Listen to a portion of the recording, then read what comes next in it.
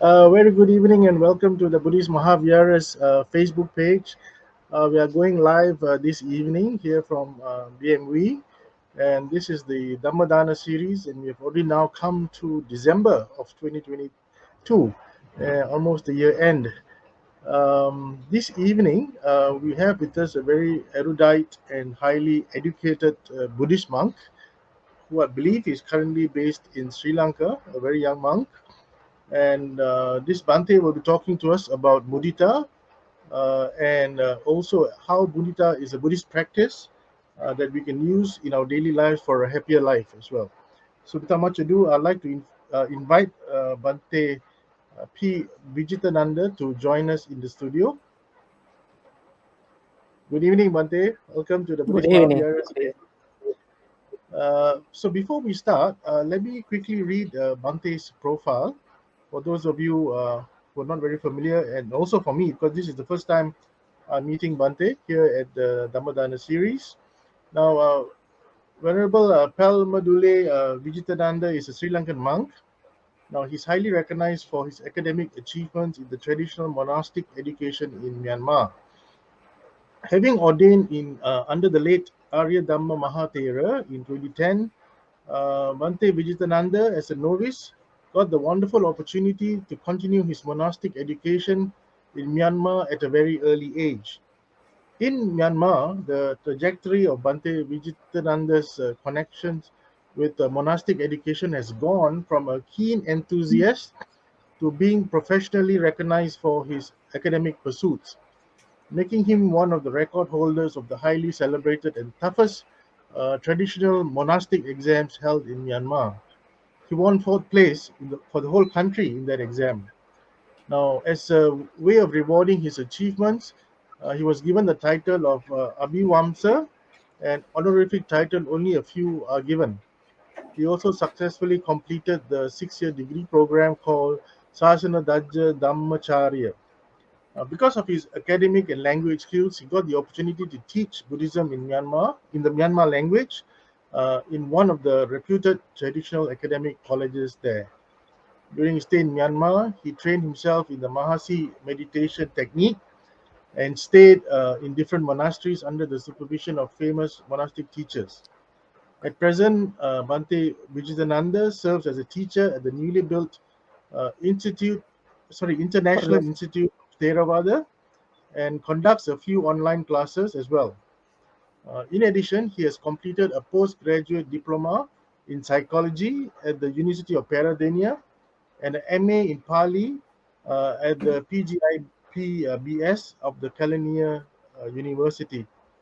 Now, Venerable is currently reading for his MPhil at the Postgraduate Institute of Pali in Buddhist Studies. That was Bhante's CV, a very impressive CV indeed. And without much ado, I'd like to invite Bhante to start this evening's Dhamma sharing. Bhante? Thank you, Mr. Leslie, for introducing me to the audience. So let's start listening to Dhamma by reciting Namo Tassa for 3 times.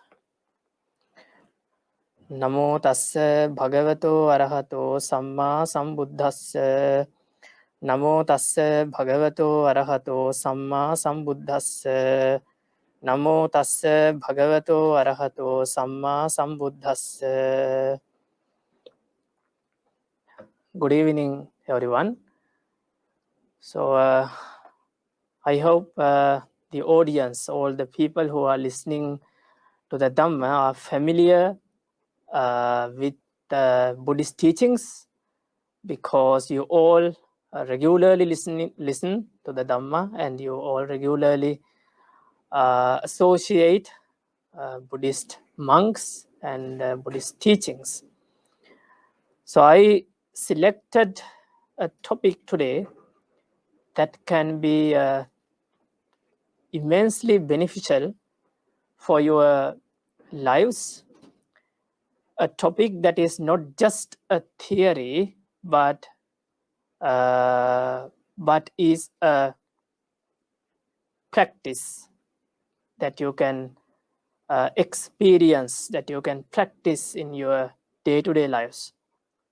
And that is in Pali terms, that is mudita, and I mentioned it in the topic as a Buddhist practice for a happier life.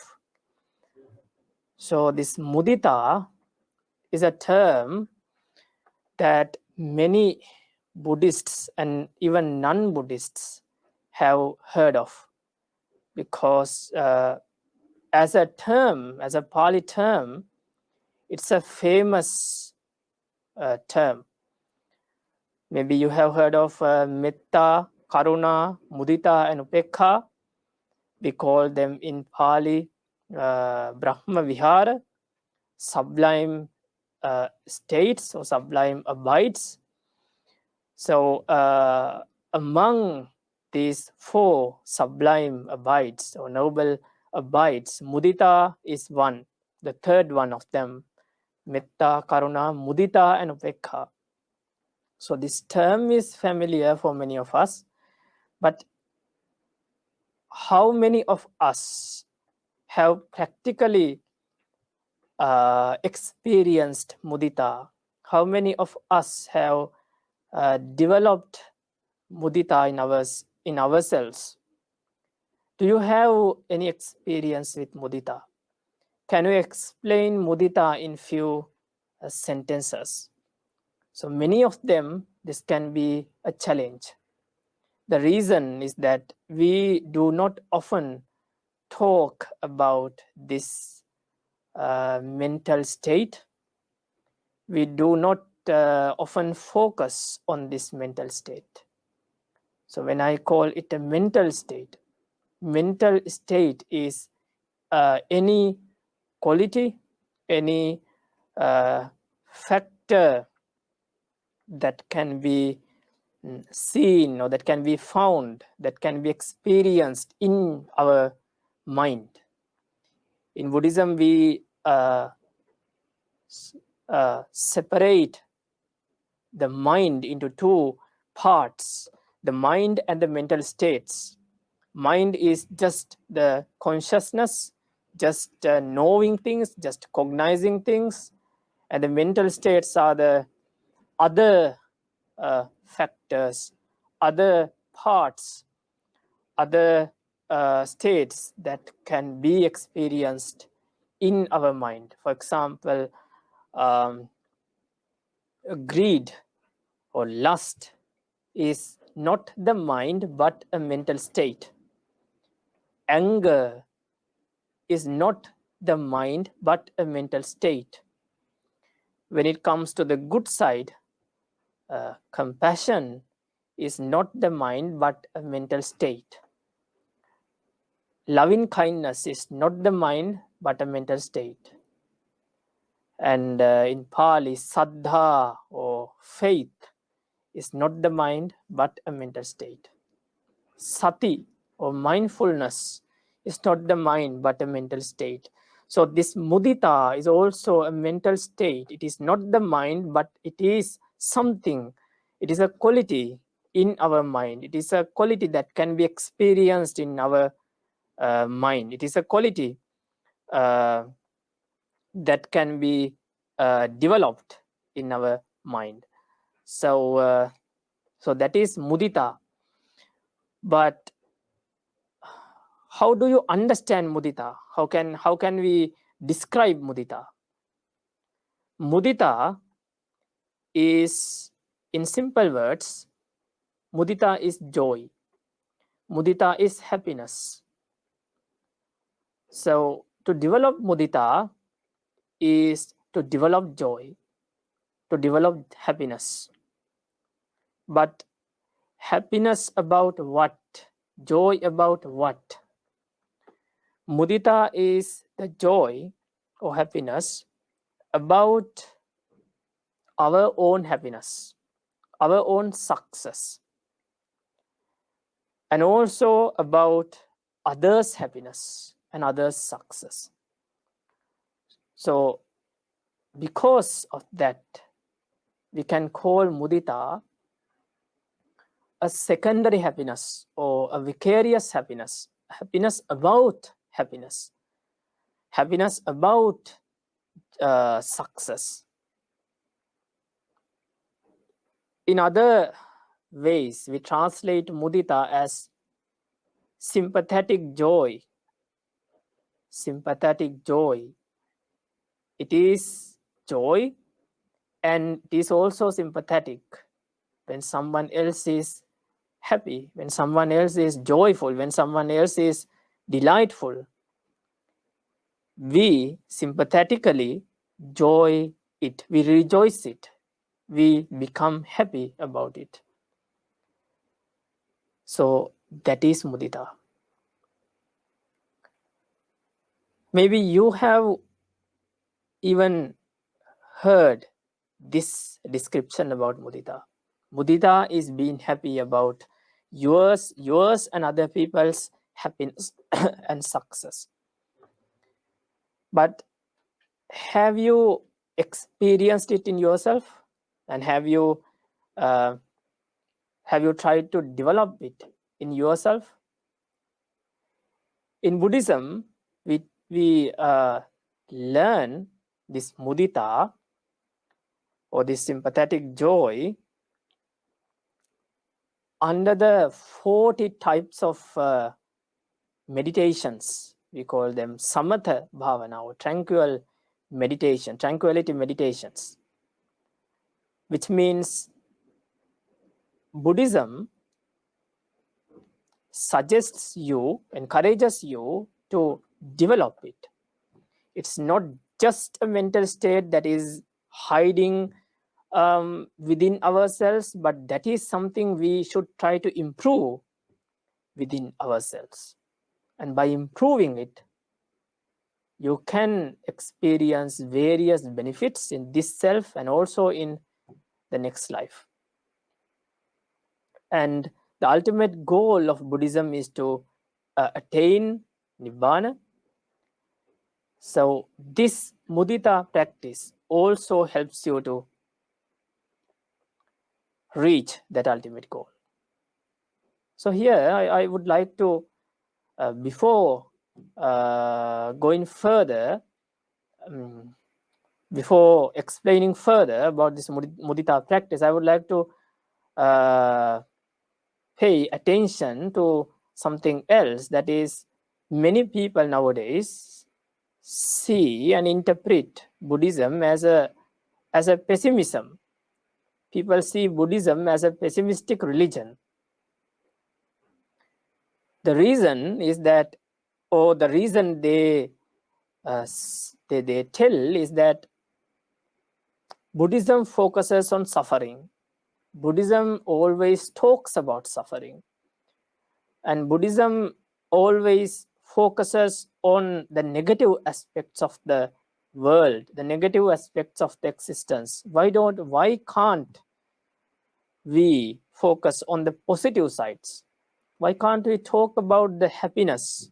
Why can't we talk about the good sides of the world? Why should we focus on the suffering? So that claim itself is wrong. Buddhism does not only focus on the suffering. Yes, Buddhism talks about suffering a lot, and that is because Buddhism has, or Buddhism presents, something called ultimate happiness, real happiness, and we call it Nibbana. In other words, the cessation of suffering. And when we compare to it, compared to the Nibbana, compared to the that ultimate happiness, everything else, every other types of happiness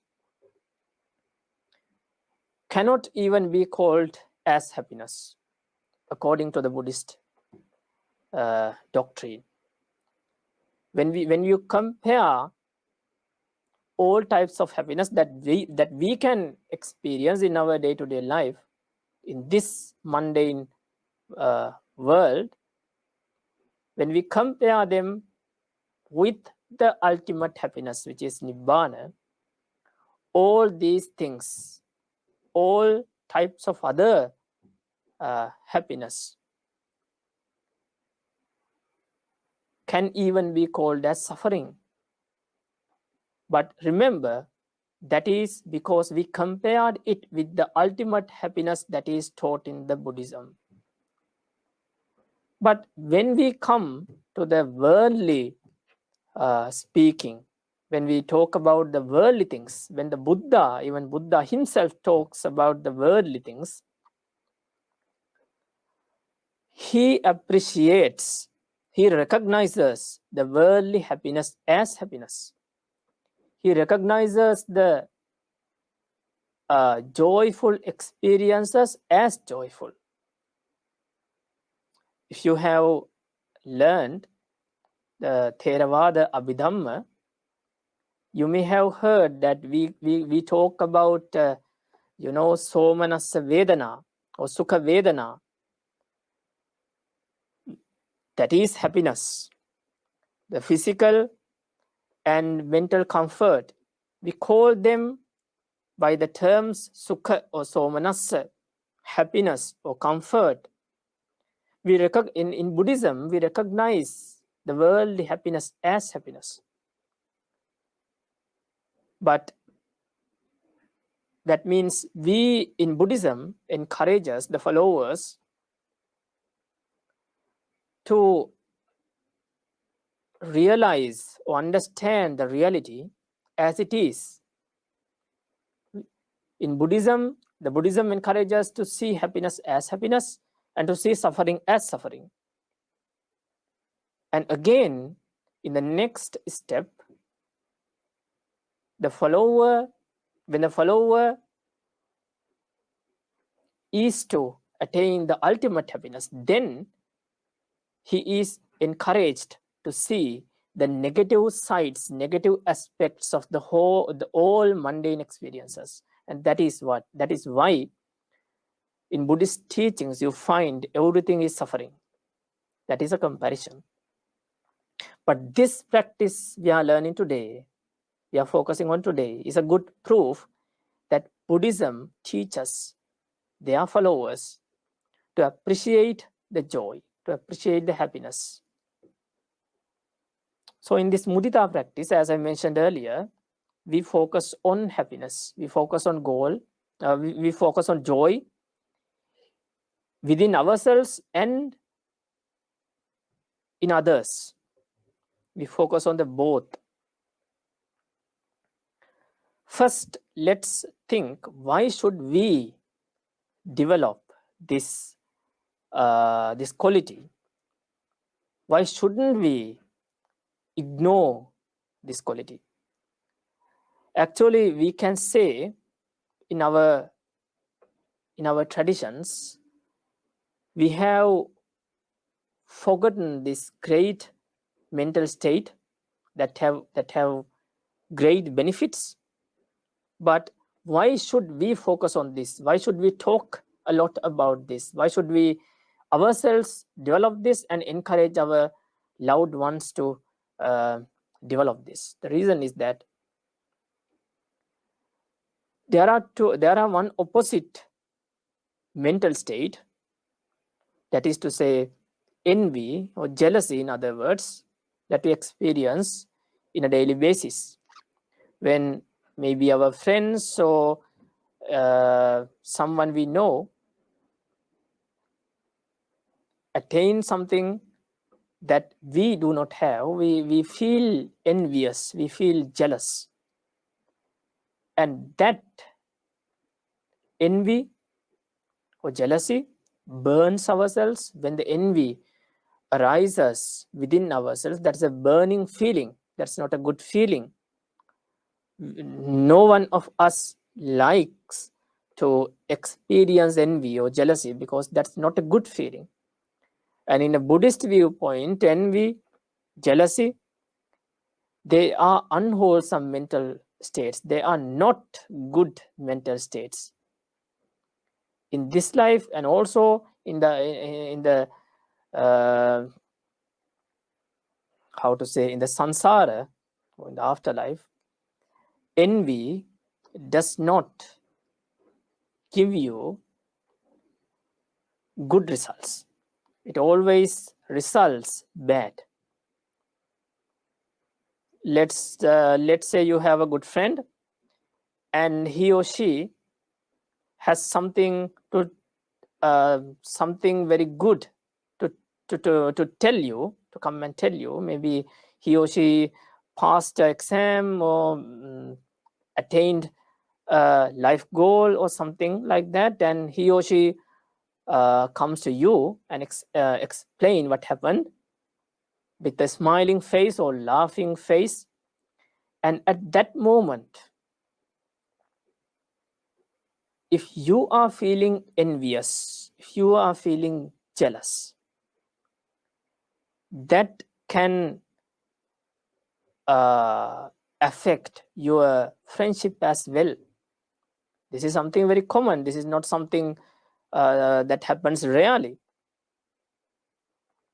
Maybe he or she will not understand that you are envious, but you will feel guilty for being envious about your own friend or about your own family member or anyone you know. So mudita, or the sympathetic joy, is the opposite of this bad mental state called envy. When we develop mudita, the envy or jealousy in ourselves, or we can say the envy level of ourselves decreases. So we can, and that is one side of it. In other side, we can always feel good. We can always feel happy, because you see, there are many occasions, there are ample situations in the world that you can happy about. Let's say you have 20 friends, and at every and each time one of them attains something, one of them succeed in somewhere of their life. If you have practiced this mental quality, if you have this mental quality in yourself, you also can be happy in every and each of that occasion. That is the next benefit of mudita. Another thing is that, according to the Theravada Abhidharma, when you develop one good mental quality, many other mental qualities follow. For example, if you develop metta or loving kindness, that can be a support, that can be a help for compassion to arise. If you regularly practice compassion, loving kindness also will follow. And if you practice mudita, sympathetic joy, loving kindness and compassion also will follow. That is same with the unwholesome mental states. If you always consciously or unconsciously develop anger, many other unconscious mental states will get the chance to arise, because they are in one group. They have the similar qualities. We can separate all the mental states as wholesome and unwholesome. When you develop one wholesome quality, many other wholesome qualities will automatically develop in your mind. When you develop one unwholesome mental state, consciously or unconsciously, many other unwholesome mental states automatically will be developed in your mind. So if you choose to, or if you determine to develop mudita, that will be a great support for many other good or wholesome mental states to be developed in your mind. So that will be a great thing to happen in your spiritual journey. So So that is mudita. So let's then focus on how this mudita works. So the common example we take to explain this loving kindness, compassion, and also mudita, sympathetic joy, is the parents example. Let's say when a child succeed in his life, the parents are feeling immense happiness for the child's success. Some parents may expect something from their child's success. Maybe in the future they will get something because their child succeed in his life. But most of the parents tend to experience immense joy, immense happiness without any expectation when their children succeed. When your son or daughter succeed in their lives, you feel a great happiness within yourself. And this is the best example for mudita. That is mudita. But can you experience this same feeling, this same emotion when you hear your neighbor's son or daughters succeeded in some way of their lives? Can you have this same emotion when you hear someone who is not familiar with you succeeded in their lives? When you go, let's say when you are walking on the road and you see someone is immensely happy, can you be happy for him or her? So that is the difference. We ourselves have this mental quality, but it is limited to our circle. Maybe that is limited only to your family.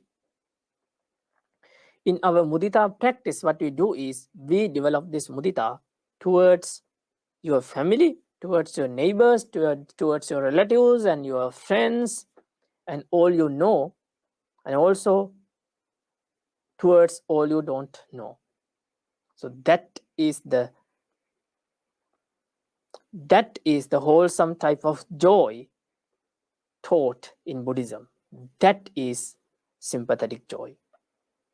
So before doing this, before spreading this joy towards all others, the Buddha encourages us to have sympathetic joy towards ourselves. As I mentioned, we may have this experience time to time, but the Buddha, the Lord Buddha, encourages us to develop this, encourages us to have this as a practice, as a habit. How often do you feel happy about yourself? How often do you feel joyful about yourself? Many of us will answer that we do not feel happy about ourselves often.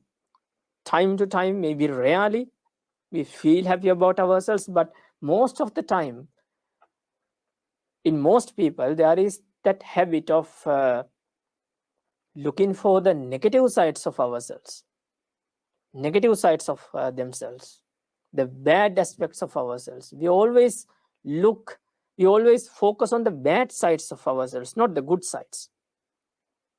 But if I tell you to do an exercise for 5 minutes or 10 minutes, if I ask you to focus on your life and count some blessings in your life, count some aspects in your life that you consider as blessings, you consider as successes, for sure you will be able to count dozens of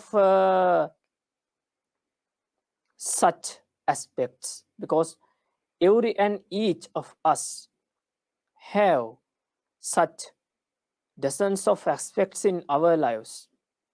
We have many things that we can be happy about. We have many things in our lives that we can be joyful about. But we rarely focus on them. We tend to focus on the negative sides, not the positive sides.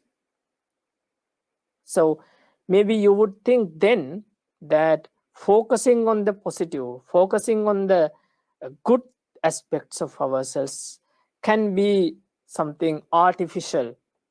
It's not the normal tendency, but it's something abnormal. But I would say, in fact, there is this tendency within ourselves to go for happiness, then going for the sadness or the negativity. It has its psychological roots. Maybe those who have learned psychology have heard of the pleasure principle.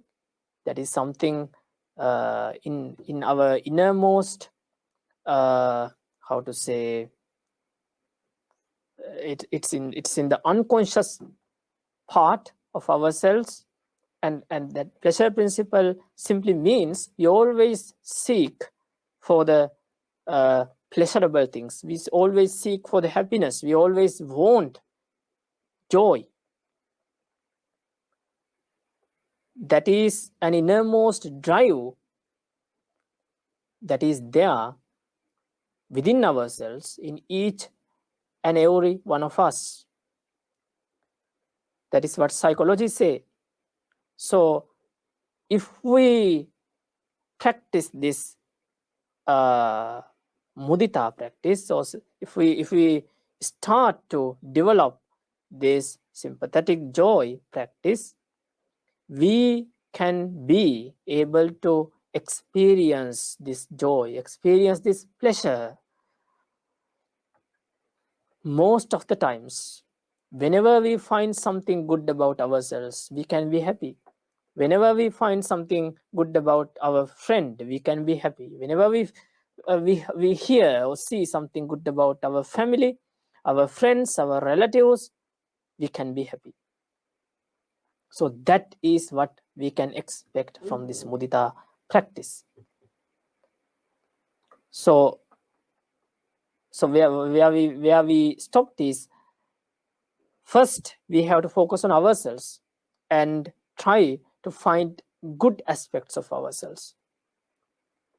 For sure, most of us will find many aspects that are positive, many aspects that are good, many successes of our lives, many things that we have gained, many life goals that we have reached. And after focusing on them, then we have to try to be happy about those things. So the ancient Buddhist meditation techniques introduce some statements that you can use for that. For example, you focus on your happiness and you say to yourself, may I always be this happy. May I always be this happy. May this happiness only increase. You wish for yourself, for your happy to increase. You wish for yourself, for your happiness to be as it is always.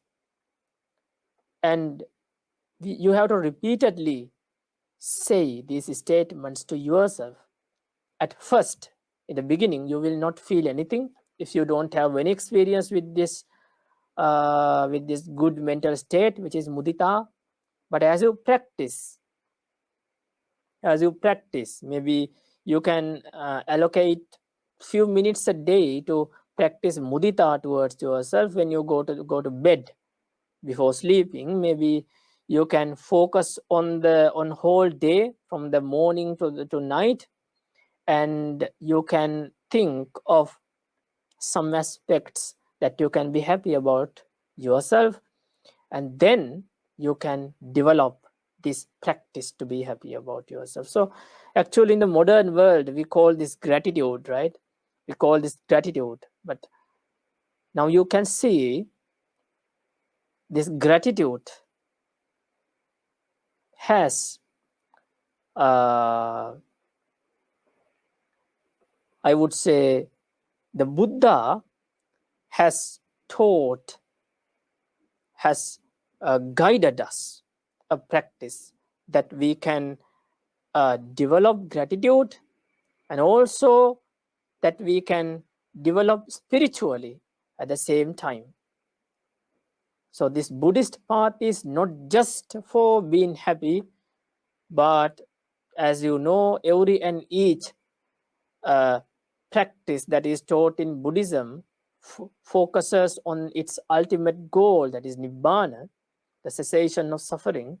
So this mudita practice can guide you, can lead you towards that goal as well.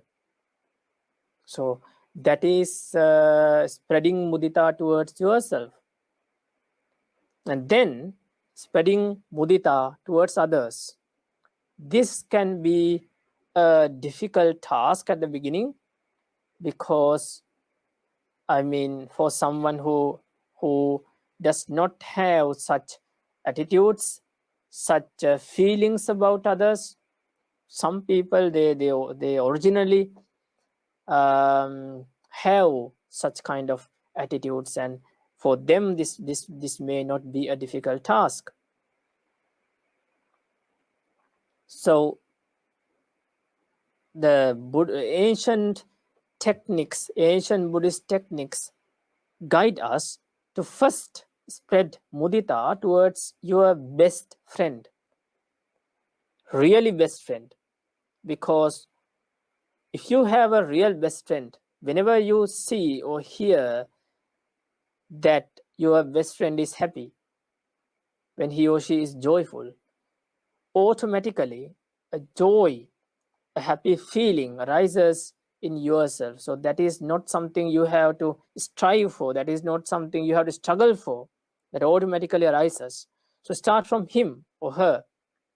When you see your best friend is smiling with you, when you see your best friend is laughing at something, when you hear your best friend attain something, succeeded at something, then that is the place for you to, that is the time for you to develop mudita, sympathetic joy.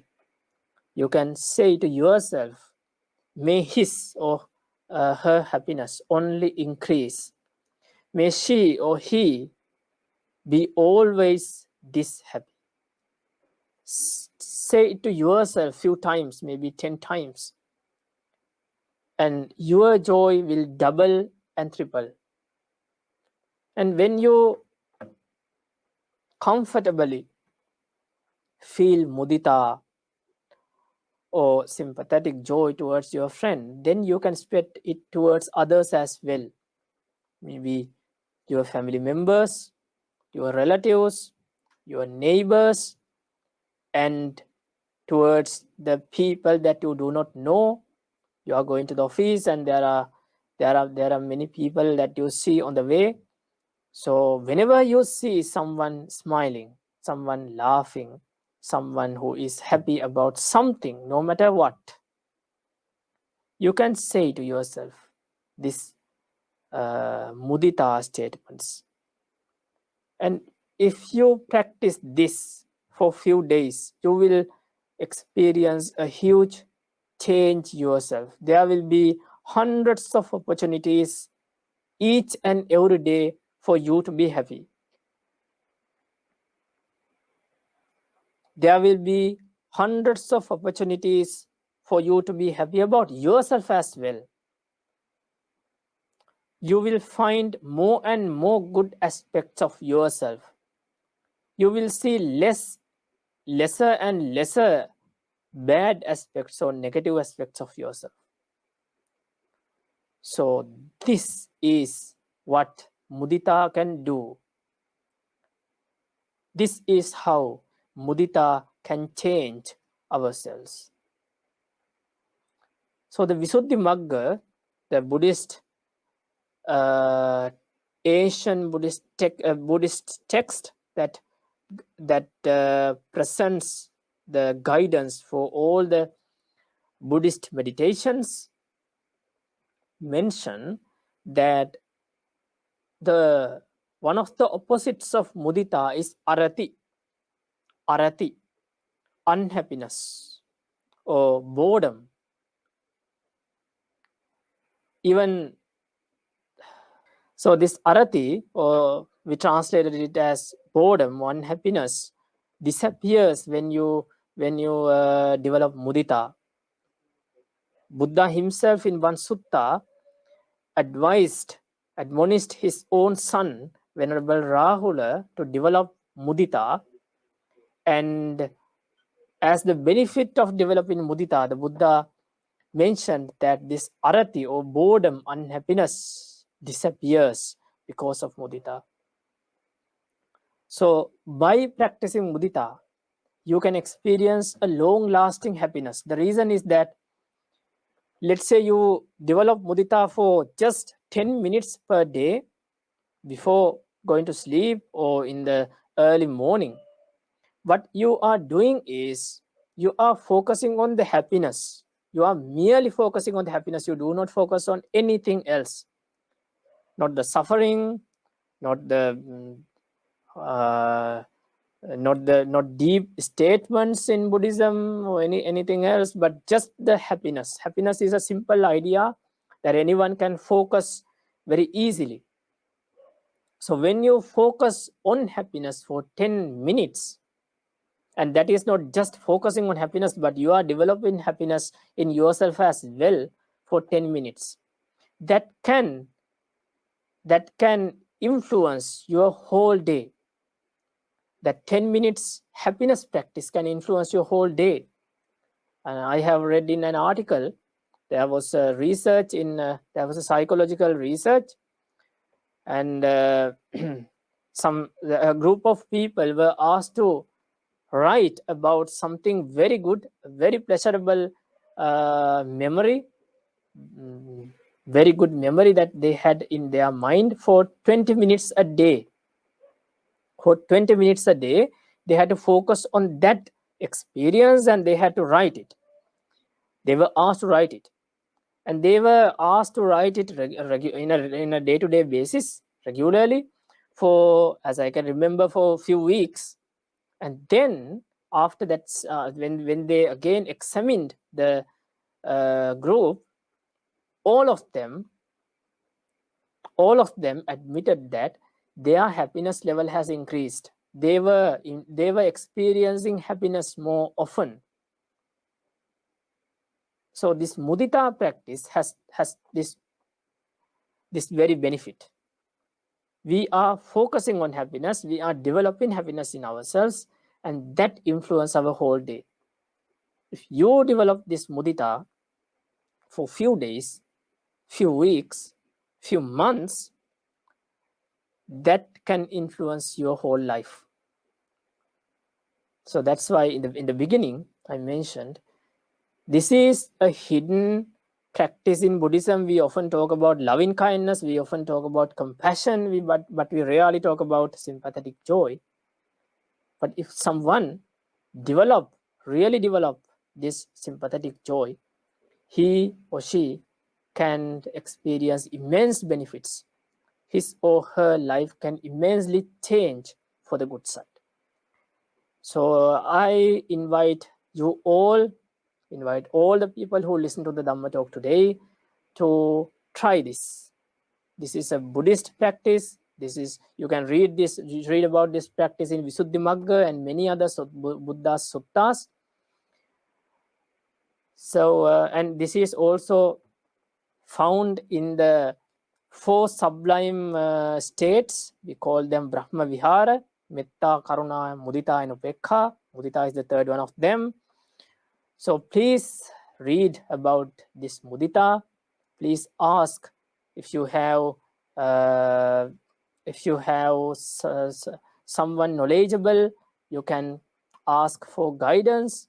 Or if this very Dhamma talk is also a very good guidance if you really want to practice mudita. So I invite you all to start the practice. At least try mudita practice for a few days, and you will see the change of yourselves. Okay, thank you all for listening to the Dhamma talk. Thank you, Bhante. Thank you for this very interesting talk. I see there's one question posed by the audience. I'll put it onto the screen. Can you see the question, Bhante? Yeah, I can see. Are Buddhists truly happy people, and why? That is a very, very good question, tough question, I would say. Are Buddhists truly happy people? Buddhists are supposed to be truly happy people. Buddhists are supposed to be truly happy people, but I cannot say about the Buddhists who are living in nowadays, because we can see in many Buddhist countries there are thousands of hundreds of thousands of poor people who are not happy at all about themselves, about their own lives. So that is another story. But Buddhists are supposed to be happy. The reason is that before attaining the let's first focus on the other side. After attaining the ultimate goal, that means if someone follows the Buddhist teachings and then attain the ultimate goal that is presented in Buddhism, then he or she has nothing to worry. They do not feel sadness. They feel compassion when someone else is not happy, but they do not experience sadness. They do not experience worry. They are not fear about anything. They don't fear for their even for their own death. All of them experience a very calm, very tranquil state of their minds. So all of them are happy, we can say, before attaining that ultimate goal. Before attaining the ultimate goal, still the Buddhist followers are supposed to be happy. They are supposed to be happy. In one sutta, the Buddha says, "Oh monks, I do not ask you to follow this path, follow this spiritual path in a hard way. I don't ask you to follow this path worrying about something, being sad about something, but I ask you to follow this path happily." So there are many people who focus on the negative sides. There are many people who focus only on the suffering. And another thing is that we are supposed to focus on suffering, but that is knowing suffering as suffering. That is not suffering looking at suffering. I will say it again. Buddhists are supposed to know the suffering as it is. Any follower of Buddhism is not supposed to suffer looking at all the sufferings in the world. What we are supposed to do is to see the suffering as it is. So whoever determined to be happy as a Buddhist follower, I would say there are hundreds of ways for them to be happy while following Buddhism.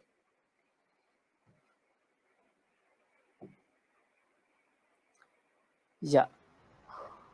Thank you, Bhante. I hope the listener who asked that question is satisfied with Bhante's answers.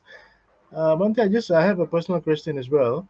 Um, you mentioned that to be able to practice mudita, most times as a mundane person, lay person, one of the biggest obstacles is jealousy, or envy. So don't you think that we should actually eradicate envy first before we can even experience mudita on a regular basis? That is a good question, but if it is so, then what is I mean, if there is a good method to eradicate envy first before developing mudita, then developing mudita can be much easier, because envy is the problem. But mudita itself, developing mudita itself can be a good way to eradicate envy as well. That will not happen in one day or two. You will we will have to struggle for a few days in the beginning, but as you develop mudita, the envy also decreases. The other very good example for that is when you develop loving kindness or friendliness, that is to say, metta in Pali, your anger level decreases. If you have other methods, if you have other ways to decrease your anger level, and then if you develop loving kindness, that's also okay. That's also a good way. But the other way around, I mean, the other method is also an efficient way. When you develop loving kindness, as you improve in your practice, your anger level decreases. So that is one. My personal view is that is a very good method taught in Buddhism, because we tend to focus on the negativity a lot, right? When we focus on our negative aspects and we struggle with them, we try to how to say, sometimes we try to hide them and we try to eradicate them. Yeah, there are ways to eradicate them. I mean, not totally eradicating, but there are ways to suppress them. But another method taught in Buddhism is to just focus on the positive sides, just focus on the good sides. As you develop the good sides of your mind, the bad sides will gradually go down.